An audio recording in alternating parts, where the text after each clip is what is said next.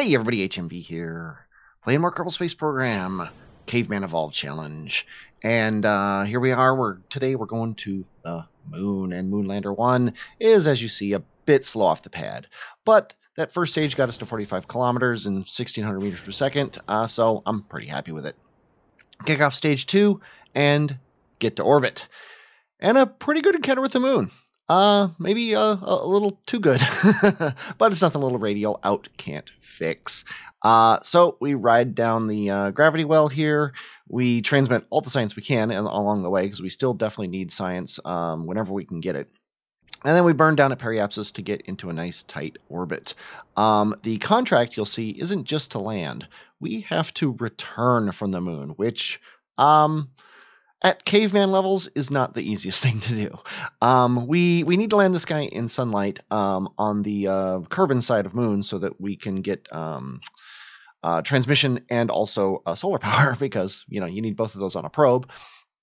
So we come down just past that big crater that has the arch on the top of it on Moon's eastern side there. I figure on the other side of it there's some nice flat ground, and it's also easy to take off from there because you don't have any big walls on the other side. So transfer stage is out of fuel, and I only seem to have put fuel in one of the tanks of the payload. Oops, I was taking the fuel out of the tanks to test the center of gravity on re-entry into Kerbin, and I forgot apparently to put fuel into one of the tanks.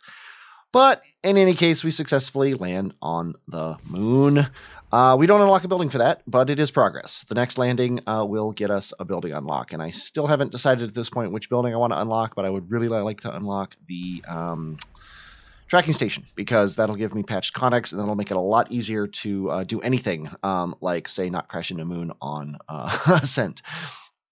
So let's perform and transmit all the science and head back into orbit. But do we have the fuel to get back to Kerbin, or to even leave Moon's sphere of influence? Well, it looks like it. And without much fuel to spare, we do get a periapsis in the atmosphere, which is always good, but we're going to be coming in hot. So I use the last of my fuel to slow down as much as I can, but it's really not that much. And coming through the atmosphere, we are already getting hot. Let's at least lower that antenna so we can... Oh. Well, we did get the moon landing in, right? And the parachute is triggered, and it's still alive. Maybe it will survive. Do you get credit for landing anything that landed on the moon, or does it have to be a probe core or a capsule? I don't know at this point. But it looks like it's going to take several passes before its orbit degrades enough to land, so let's count them. Here's pass number 2, number 3, number 4, number 5, number 6, and it looks like this is going to be the last pass. As the sun rises and we slow down for the final time, things are heating up, and I don't have any way to stop them because I have no control over this thing. Wouldn't that have been cool to land right back at home? Well, the chute pops at 4 kilometers, stopping the debris from crashing on impact, and we have a splashdown. But no contract. I guess debris doesn't count. So let's try this thing again with full tanks this time. Same ship, just fuel everywhere. And this time we're going to land in the crater. May as well get some new biome, right? I figure, hey, new biome, more science. I wasn't as fuel efficient, and I did have more mass to carry this time. So the transfer stage ran out with 200 meters per second and 7 kilometers to go off the surface, but that's still not too bad. We still managed to land it with a lot more fuel than before, but will we make it home in one piece? That's the question. Even with all that extra fuel, we really didn't burn down our apoapsis nearly as low as I had hoped. And just like before, boom. And just like before, the parachute did survive, and just like before, the craft didn't count when it landed. Take 3 as a heat shield. And we landed it in a different crater for variety and, again, more science.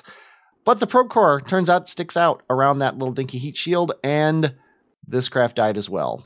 So I'm going to claim success in that we got the tick mark on the checklist, and we're just going to leave this contract for now and ignore Moon and head to Minmus next time, and then also get a building upgrade, which might make Moon a lot more likely to nail. I hope you enjoyed watching this. I definitely enjoyed playing it. I'm HMV, and I will, as always, Talk at you later.